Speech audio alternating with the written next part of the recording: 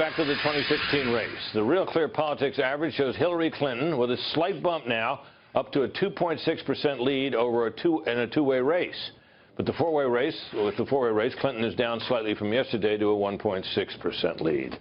The betting odds, meanwhile, continue to have Clinton with about a 2-to-1 lead, so she's up about 0.5% from yesterday in the betting odds. Trump's odds, however, down about 0.5%. To help us make sense of all these numbers, here's our nightly political panel. From the Weekly Standard, executive editor Fred Barnes, and Public Radio's national political correspondent Mara Liasson.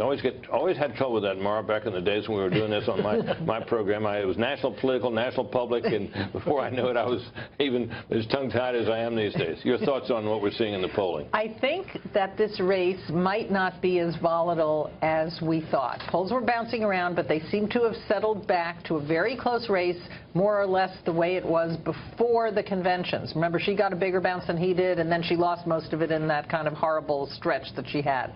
But she's still a couple points ahead. Yes, it's closed. We're seeing some tightening in some of the battleground states, but nothing that you would think really changes the dynamic of the race, where you see that he's created some new paths, for instance, to 270. You know, what I'm interested in is the states that Romney won, and at the moment, Donald Trump is ahead in all of those, or at least not behind in any of them, as far as I know.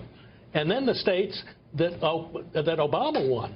And because he has to win all the ones that Romney won and some that Obama won. Right? Now, yeah, and Obama won Ohio, Pennsylvania, and Florida. Now, if Trump won all the Romney states and won those three states, he'd win the election. That might be hard to do. But so I follow the states that Obama won, and Trump's ahead in at least 4 of those. The Fox poll showed that he was ahead, I believe, in Nevada and Ohio.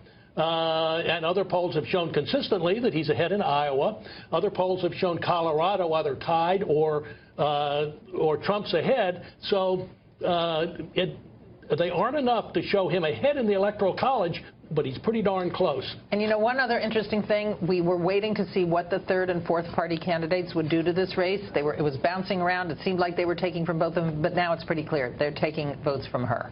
And that's the question then arises, of course, about the third and fourth party candidates as to whether their presence in the race will fade with time. It usually has, not always. It has, but historical rules only work till they stop working. And this year has. We all remember Ross Perot. Yes, Ross who got out of the race, got back in, and ended up getting, what, 19%? Yeah, but he was buying ads. He was paying. Well, Jill Stein and Gary Johnson are not combined even close to that. But we do know that a lot of young people, she's underperforming with young people. They're moving to Gary Johnson, whether they're just parking there, as Britt suggests, maybe they'll come back at the end, or they're going to stay there. And that's a big problem for her. Well, they might. You mean stay there? Yeah, they might. They might stay there. That's why she went to college campuses. They're putting out the message that a vote for Gary Johnson is equivalent to a vote for Trump, trying to get those young people back. I mean, young people are just up in the air in this election, more than any group. Well, Obama got them, and he got them to a much higher degree than we'd seen any candidate of either party in recent cycles.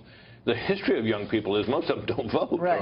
I should say a great many of them don't vote. They may answer pollsters' questions, but they don't vote. That'll probably be true in this election. Yeah, they're pretty decided they're not going to vote for Trump. Whether they turn out for Hillary is another question. In your judgment, Mara, how badly does she need them?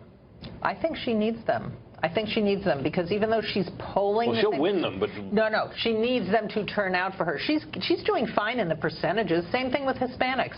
But... they're not as enthusiastic about her as they were for Obama. We're going to talk to Joe Trippier about that later. Fred, last word to you. Yeah, I think the young people are Hillary Clinton's Achilles heel. Really? Yeah. She needs them badly. Yeah. She needs more of them. Without them, her chances of losing are much greater.